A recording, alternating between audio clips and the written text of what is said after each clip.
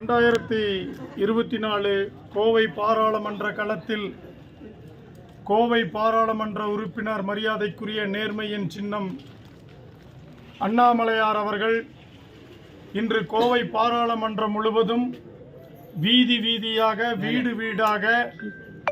வீடு வீடாக ஒவ்வொரு மக்களையும் சந்தித்து மகளிரையும் சந்தித்து கோவையில் உள்ள அடிப்படை பிரச்சனைகளை கேட்டறிந்து இன்னும் குறிப்பாக கோவையில் உள்ள 95க்கும் மேற்பட்ட திராவிட முன்னேற்ற கழகத்தினுடைய கவுன்சிலர்கள் கோவையில் எந்தவிதமான அடிப்படை பணிகளும் செய்யாததை பொதுமக்கள் அனைவரும் ஒவ்வொருவரும் நேரடியாக அண்ணாமலையாரிடம் எடுத்து கூறியுள்ளார்கள்.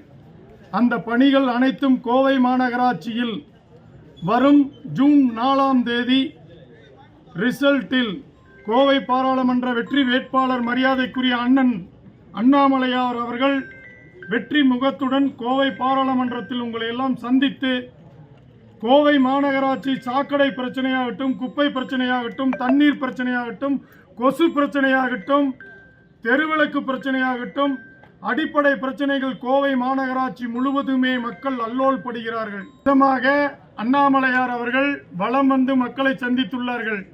இன்று கோவை பாராளுமன்றம் முழுவதும் இளைஞர்கள், இன்னும் குறிப்பாக ராமநாதபுரம் பகுதியில் 1000க்கும் மேற்பட்ட இளைஞர்கள் அண்ணாமலையார் வாழ்க வாழ்க என்று எங்களுடன் இணைந்து இந்த புரட்சி பயணத்தை கிளப்பியுள்ளார்கள்.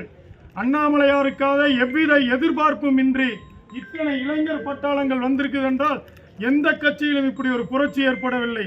இன்று கோவையில் அண்ணாமலையாருக்கு இப்படி ஒரு புரட்சி ஏற்பட்டிருக்கிறது. பொதுமக்களாகிய அத்தனை பேரும் போற இடங்களிலெல்லாம் வரவேற்பு. அண்ணாமலையார் ஜெயிக்க வேண்டும், எங்களுடைய அடிப்படை பிரச்சனைகளை தீர்க்க வேண்டும் என்று சொல்கிறார்கள். அதன் முடிவாக இன்று 100க்கும் மேற்பட்டவர்கள், கிட்டத்தட்ட 250 இளைஞர்கள் இந்த ராமநாதபுரம் பகுதியில் 5 வார்டுக்கும் மேற்பட்ட பகுதியில் உள்ள இளைஞர்கள்லாம் இணைந்து இன்று ஒவ்வொரு வீதியாக, குறிப்பாக இன்று பெரியார் நகர் பகுதியில் தண்ணீர் வசதி இல்லை. போற இடத்துல எல்லாம் மக்கள் போர்வெல் தண்ணி இல்லை. திமுக கவுன்சிலர் என்ன பண்றாங்க, உங்க அண்ணாமலையார் தான் நீ வந்து இதையெல்லாம் சரி பண்ணி கொடுக்கணும்னு மக்கள் ரொம்ப கவலைப்படுறாங்க.